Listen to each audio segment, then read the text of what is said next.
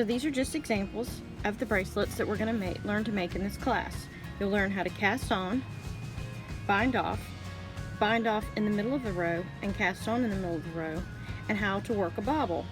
This bobble uses the knit and purl stitch, but I will also be showing how to just do it with the knit in this class.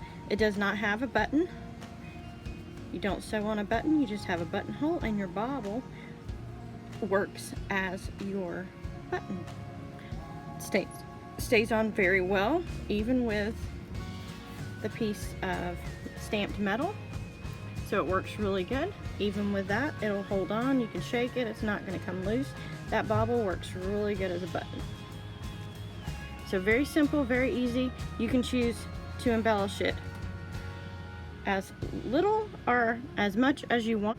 So this class, you're going to learn how to make this bracelet.